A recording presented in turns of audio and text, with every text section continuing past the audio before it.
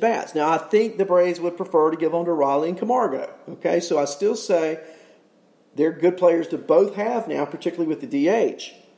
But if you're in a really deep league and Yonder Alonso is there, he may be worth a flyer. I'm not carried away with him. I'm just saying when it gets down to scrap heaps, you could do worse. The Phillies and the Nationals, the two teams left to talk about. World Series MVP Howie Kendrick looked like a man without a job. You know, the Nationals go out and they sign Marcus Thames. They re-sign Zimmerman. They've got their team set pretty much. They go out and they sign a second baseman, Starling Castro, who may play some at third, depending on what they do with their rookie Kieboom. But you've got Kieboom, you've got Asdrubal Cabrera, you've got Castro, and of course Turner's at shortstop, and now you go out and sign Eric Thames, you've got Zimmerman. And so where was Howie Kendrick going to play in all this? And we watched the playoffs last year, and we know from the playoffs two things. Howie Kendrick is an outstanding hitter. He's not much of a fielder. Howie Kendrick now has, in my opinion, a full-time job. Asdrubal Cabrera has a full-time job. I think the player who may be out in this mix may well be Kieboom. Kieboom has a lot to prove to get into the starting rotation mix, if you will. But I think Cabrera, I think Kendrick, Castro, I think is going to be a big player for them this year. But with the DH, it gives Cabrera and it gives Kendrick more at-bats. I love these guys. I think Washington is a big winner with the DH rule. Look, Howie Kendrick hit .344 last year with 17 homers and was the most valuable player of the World Series. How can you not love Howie Kendrick, even though he's getting older, with the DH? Go get him. I mean, I look, and ESPN Leagues this morning owned in 7% of the leagues. 7%. I mean, he was playing DH, first base, and second base during the limited spring training.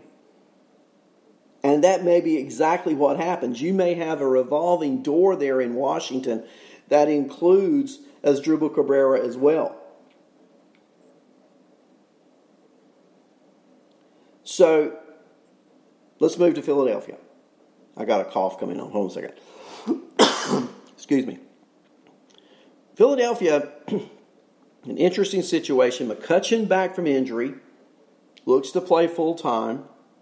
Hazley came up last year and had a really good start to his career. Now looks like he's going to be in the outfield, Adam Hazley. He got injured some last year, but it appears he's going to be looked to play. Good contact hitter. They've got Roman Quinn and Jay Bruce. All right. And here's where I think Roman Quinn may really benefit. Roman Quinn has at times shown great glimpses of a good bat, great speed. I mean, speed being such a commodity that we don't see anymore. And it looked like Quinn was probably the fourth outfielder. It really did. With Jay Bruce there in right, Hazley, McCutchen. But now the door opens for Quinn. And if you're in a league where stolen bases matter, and we're all in those, right? Where they're scarce and you want someone who can get on base and can steal those bases. Look, Girardi, I think, is going to be aggressive. And I think Roman Quinn, who is owned in some leagues 1% or less. Did you hear me? 1% or less is a great flyer in a late round. You can't have too many people with stolen bases who can get on and are going to play. He's young. He's going to be hungry. He's going to look to make the impression. Bruce is going to start. McCutcheon's going to start. I think Hazley's going to start. And now Quinn can start as well. And what this will probably do defensively for the Phillies is make them better, because instead of having maybe Bruce in the outfield, it puts Quinn in the outfield a lot faster. It also probably gives McCutcheon some days to play DH. And they can all stay fresh. Roman, Quinn, write it down.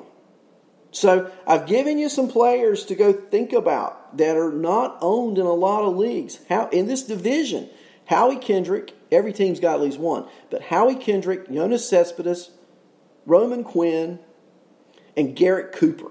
These are guys I think you got to go get your hands on, put them on your team.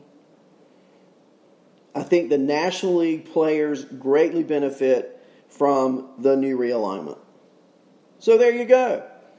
I want you to go out and have a great Thursday, everybody. And thank you for being with me on the Lenny Melnick Fantasy Sports Network. Thank you for listening on podcasts across the nation.